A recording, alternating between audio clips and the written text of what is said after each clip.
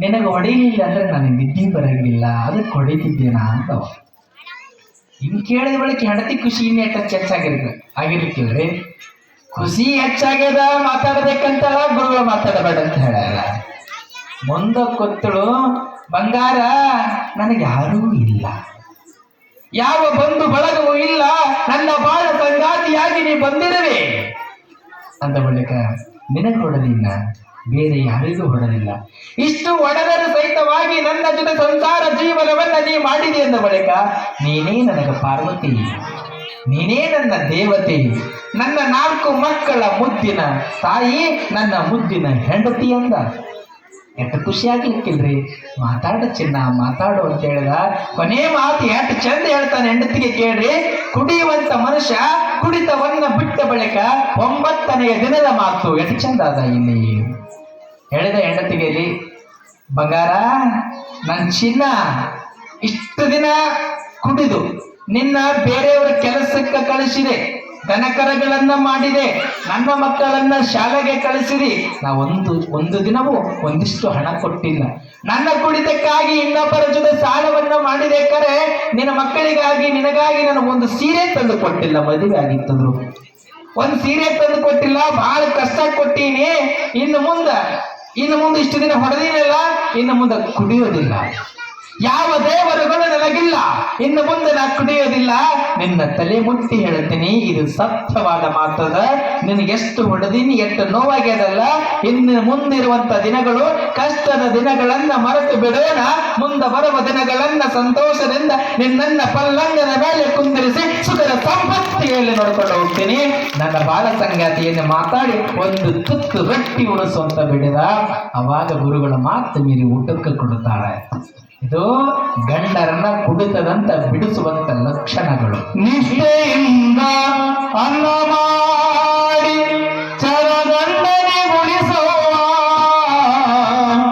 ಶ್ರೇಷ್ಠ ಗುರು ಮಹಾದೇಶನಿ ಬಲಿದು ಮುಕ್ತಿ ಪಡೆಯುವ, ಗಡಗಿ ತೊಳೆದು ಅಡಿಗೆ ಮಾಡಮ್ಮ, ತನು ಗಡಗಿಯ ತೊಳೆದು ಅಡಿಗೆ ಮಾಡಮ್ಮ, ಗಡಗಿ ತೊಳೆದು ಅಡಿಗೆ ಮಾಡಮ್ಮ, ತನು ಗಡಗಿ ತೊಳೆದು ಅಡಿಗೆ ಮಾಡಮ್ಮ, ಅನುಭಾವದಡಿಗೆಯ ಮಾಡಿ ಎಡೆಯ ಮಾಡಮ್ಮ, ದೇವರಿಗೆ ಎಡೆಯ ಮಾಡಿ ಗಂಡನಿ ಗುಣಿಸಮ್ಮ, ದೇವರಿಗೆ ಎಡೆಯ ಮಾಡಿ ಗಂಡನಿ ಗುಣಿಸಮ್ಮ.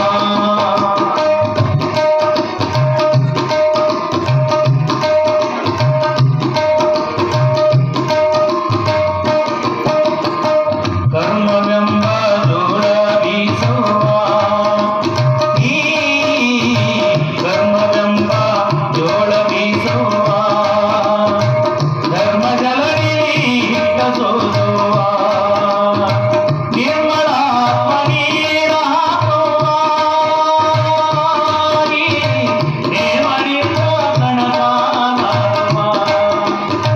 ಗಡಗಿ ತೊಳೆದು ಅಡಿಗೆ ಮಾಡುವ, ತನು ಗಡಗಿ ತೊಳೆದು ಅಡಿಗೆ ಮಾಡಮ್ಮ, ಗಡಗಿ ತೊಳೆದು ಅಡಿಗೆ ಮಾಡಮ್ಮ, ಅಡಿಗೆ ಮಾಡಮ್ಮ.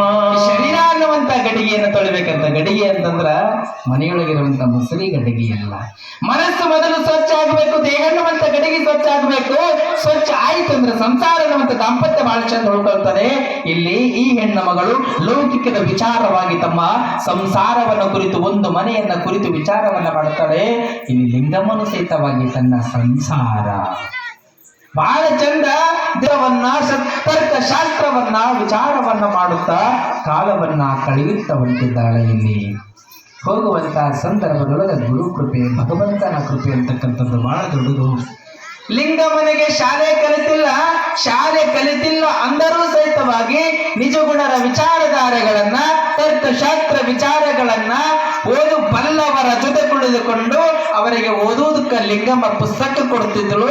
ಆ ಓದಿದ ಅಕ್ಷರಗಳನ್ನ ಅವರ ಮುಂದೆ ಕುಳಿತುಕೊಂಡು ಲಿಂಗಮ್ಮ ಮನನ ಮಾಡಿಕೊಳ್ಳುತ್ತಿದ್ದಳು. ಇಲ್ಲಿ ಅಂದರೆ ನಾವೆಲ್ಲ ಹೌದಿಲ್ಲ, ಓದಾಕ ಬರುವುದಿಲ್ಲ ಲಿಂಗಮ್ಮನಿಗೆ, ಆದರೂ ಸಹಿತವಾಗಿ ಈ ತಾಯಿ ಬರುವಂತವರಿಗೆ ಪುಸ್ತಕ ಕೊಟ್ಟು ಒಳ್ಳೆ ವಿಚಾರಧಾರೆಗಳನ್ನು ತಿಳ್ಕೊತಾ ಜ್ಞಾನದ ನಿಧಿ ಆಗುತ್ತ ಶಿವಧ್ಯಾನದೊಳಗ ಶಿವಚಿಂತನದೊಳಗ ಲಿಂಗಮ್ಮ ಉಳಿದುಕೊಂಡಳು. ಆ ಭಗವಂತನ ದಯೆಯಿಂದ ಶಿವನ ಕೃಪೆಯಿಂದ ಲಿಂಗಮ್ಮ ತಾಯಿ ಗರ್ಭವತಿ ಆಗ್ತಾಳೆ. ಇಲ್ಲಿ ಯಾವಾಗ ಲಿಂಗಮ್ಮ ತಾಯಿ ಗರ್ಭವತಿಯಾದಳು, ಸಂತೋಷ ಆ ಬಂಧು ಬಳಗ ಕುಟುಂಬದವರೆಲ್ಲರಿಗೂ. ಮಕ್ಕಳು ಭಾಗ್ಯ ಯಾವಾಗ ಭಗವಂತ ಕೊಟ್ಟಾನಂದ ಬಳಿಕ ಬಹಳ ಸಂತೋಷ. ಯಾವುದೇ ರೀತಿಯ ಫಲಗಳನ್ನ ಬೇಡದೆ ಭಗವಂತ ತಾನಾಗೆ ಕೊಟ್ಟಾನ. ಮಕ್ಕಳಿಲ್ಲಂದವ್ರಿಗೆ ಬಹಳ ನೋವು ಇರ್ತದ್ರಿ. ಕೇಳಲಾರದ ಮಕ್ಕಳು ಕೊಟ್ಟ ಬಹಳ ಸಂತೋಷ ಇರುತ್ತದೆ. ಕೇಳಲಾರದ ಭಗವಂತ ಮಕ್ಕಳ ಭಾಗ್ಯ ಕೊಟ್ಟ. ಈ ತಾಯಿ ಗರ್ಭವತಿ ಆದಳು. ಈ ತಾಯಿ ಗರ್ಭವತಿ ಆಗಿದ್ದವಳಕರೆ ಗರ್ಭವತಿ ಆಗಿದ್ದಕ್ಕಿಂತ ಮುಂಚೆನೂ ಸಹಿತವಾಗಿ ಒಳ್ಳೊಳ್ಳೆಯ ವಚನಗಳನ್ನ ಧ್ಯಾನವನ್ನ ಶಿವಧ್ಯಾನವನ್ನ ಮಾಡುತ್ತಾ ಕಾಲ ಕಳೀತಾ ಹೊಟ್ಟಾಳ. ಇಂಥ ಕಾಲ ಕಳೆಯೋದ್ರಿಂದ ಇದು ಪರಿಣಾಮ ಯಾರ ಮೇಲೆ ಬೀರುತ್ತದೆ? ಗರ್ಭವತಿ ಆಗಿರ್ತಕ್ಕಂಥ ಹೆಣ್ಣು ಮಕ್ಕಳು ಒಳ್ಳೊಳ್ಳೆಯ ಪುಸ್ತಕಗಳನ್ನ ವಿಚಾರಧಾರೆಗಳನ್ನ ಓದುತ್ತಾ ಹೋದ್ರೆ ಮಕ್ಕಳ ಮೇಲೆ ಪರಿಣಾಮ ಬೀರುತ್ತದೆ. ಆದರೆ ನಾವು ಈ ಲಿಂಗಮ್ಮ ಹಿಂಗ ಗ್ರಂಥಗಳನ್ನು ಓದುತ್ತಾ ಇನ್ನೊಬ್ಬರ ನುಡಿಯಿಂದ ಪಾಠಗಳನ್ನ ಕೇಳುತ್ತಾ ಲಿಂಗಮ್ಮ ಕಾಲ ಕಳೀತಾಳೆ. ನಾವು ಲೌಕಿಕರು ಹೆಂಗಿದ್ದೀವಿ? ಗರ್ಭವತಿ ಆಗಿರುವಂತ ಹೆಣ್ಣು ಮಗಳಿಗೆ ಒಂದು ಕತಿ ಬುಕ್ ತಂದು ಕೊಡ್ರಿ ನೋಡೋಣ. ಕತಿ ಬುಕ್ ಓದಂತ ಹೇಳ್ಬೇಕ್ರಿ. ಆ ಹೆಣ್ಣು ಮಗಳೇನ್ ಮಾಡ್ತಾಳೆ? ಟಿವಿ ಮುಂದೆ ಹಚ್ಕೊಂಡು ಯಾವ್ದಾದ್ರು ಹಿಂದಿ ಸಾಂಗ್ ಹಚ್ಕೊಂಡು ಕೊಡ್ತಾಳ ಹೆಣ್ಣು ಮಗಳು. ಇಲ್ಲಾಂದ್ರೆ ಒಳ್ಳೆ ಯಾವ್ದಾದ್ರು ಪಿಕ್ಚರ್ ಹಚ್ಕೊಂಡು ಕುದಿರ್ತಾಳೆ. ಆ ತಾಯಿ Hindi picture, Telugu, Tamil, English picture, Kannada ಕಡಿಮೆ ಅದು ಕೇಳೋದು. ಕನ್ನಡ ಬೇಗ ಹಚ್ತದ ಅಂದ್ರೆ ಹಿಂದಿ ನೋಡ್ತದ. ನೋಡಿರ್ಬೇಕಾದ್ರೆ ಪರೀಕ್ಷೆ ಮಾಡ್ರಿ ಮಕ್ಕಳು ಹಿಂದಿ ಚಿಟ್ಟು ನೋಡ್ತದ. ಯಾಕೆ ನೋಡ್ತದ? ಪರಿಣಾಮ ಏನು? ನಾವು ಗರ್ಭವತಿ ಆಗಿರ್ತಕ್ಕಂಥ ಹೆಣ್ಣು ಮಕ್ಕಳು ಒಳ್ಳೆ ವಚನ ಸಾಹಿತ್ಯಗಳನ್ನು ಓದಿ, ಬಸವಣ್ಣನವರ ವಚನಗಳನ್ನು ಓದಿ, ಅಕ್ಕಮ ಅನೇವಿ ವಚನಗಳನ್ನು ಓದಿ, ಚನ್ನ ಬಸವಣ್ಣನವರ ವಚನಗಳನ್ನು ಓದಿ, ಶ್ರೀಮದ್ ಭಗವದ್ಗೀತಾ ಅಂತಕ್ಕಂಥ ಗ್ರಂಥವನ್ನ ಓದಿ, ಸಂಸ್ಕೃತ ಶ್ಲೋಕಗಳನ್ನ ಓದಿ. ಓದೋದ್ರಿಂದ ನಿಮ್ಮ ಮಕ್ಕಳು ಜ್ಞಾನವಂತರಾಗಿ ಬದುಕ್ತಾರೆ. ನಾಳೆ ಹುಟ್ಟುವಂತ ಮಕ್ಕಳು ಏನಾದರೂ ಒಂದು ಅಕ್ಷರ ಹೇಳಿದರೆ ಸಾಕು, ಇಲ್ಲಿ ಜ್ಞಾನದ ನಿಧಿಗಳಾಗ್ತಾರೆ. ಅದಕ್ಕೆ ನಾವೇನ್ ಮಾಡ್ಬೇಕು? ಓದ್ರಿ ಅಂತ ಹೇಳ್ತೀವಿ, ಯಾವುದೇ ರೀತಿ ಓದಂಗಿಲ್ಲ. ಡಾಕ್ಟರ್ ಏನ್ ಮಾಡ್ತಾರ? 3 ತಿಂಗಳಾತಂದ್ರೆ ಸಾಕ್ರಿ, ಚಳಿ ಎತ್ತಬೇಡ, ಅದ ಬೇಕಾಗಿರ್ತದ್ರಿ ಅವರಿಗೆ. ಚಳಿ ಎತ್ತಬೇಡ ಅಂದ್ರೆ ಓದೋತು. ಅತ್ತಿ ನಾನು ಬೆಡ್ಶೀಟ್ನ ಕುಂದಿರ್ತೀನಿ. ಅವಾಗ ಹಿಂದಿನ ಜನ ತಾಯಂದ್ರ ಗರ್ಭವತಿ ಆದ್ರೆ ಹಗಲ್ ರಾತ್ರಿ ಅವ್ರು ಕೆಲಸ ಮಾಡ್ತಿದ್ರು. ಅವ್ರು ಎಷ್ಟು ಕೆಲಸ ಮಾಡ್ತಿದ್ರು ಅತ್ತ ಭಗವಂತನ ದಯದಿಂದ ಮಕ್ಕಳು ಚಂದ ಯಾವುದೇ ರೀತಿ 1 ರೂಪಾಯಿ ಖರ್ಚಾಕಿದ್ದಿಲ್ಲ. ಭೂಮಿಗೆ ಬರ್ತಿದ್ರು ಅವರು. ಚಳಿ ಎತ್ತಬೇಡ, ಇಲ್ಲಿ ಹೋದ್ರೆ 80,000 ಲಕ್ಷ ರೂಪಾಯಿ ಇಟ್ಟು ಬರಬೇಕು. 80,000 ಮಕ್ಕಳು ಬರ್ತಾರನ್ರಿ ಮನೆಗೆ? ಬರೋದಿಲ್ಲ. ಯಾಕೆ ಬರಂಗಿಲ್ಲ? ಕೆಲಸ ಮಾಡಂಗಿಲ್ಲ. ಕೆಲಸ ಮಾಡಿದ್ರ ಮಕ್ಕಳು ತಾವ ಒಳ್ಳೊಳ್ಳೆ ಫುಡ್ಗಳು ಊಟ ಮಾಡಂಗಿಲ್ಲ. ನಮ್ಮ ಫುಡ್ ಗರ್ಭವತಿ ಆಗಿದ್ರೆ ಹೆಂಗಿರ್ತಾವ? ಪಾನಿಪುರಿ ತಗೊಂಬರಿ ರೀ, ಗೋಬಿ ಮಚ್ಚಿ ತಗೊಂಬರಿ, ಆಕೆ ಶೇಬಣ್ಣ ತಗೊಂಬರ ನಂಗಿಲ್ರಿ ಆಕಿ ಹೆಣ್ಣ ಮಗಳು. ದಾಳಿಂಬ್ರೆ ತಾಂಬ ಅಂತ ಹೇಳಂಗಿಲ್ಲ, ಕಿವಿ ಹಣ್ಣ ತಾಂಬ ಅಂತ ಹೇಳಂಗಿಲ್ಲ. ಇವು ಹೇಳ್ತಾಳೆ ಗಂಡ ಅನ್ಬೇಕು, ಬಂಗಾರ ಚೀನಾ ಕಿವಿ ಹಣ್ಣು ತರ್ತೀನಿ ನನ್ನ ಬಂಗಾರ.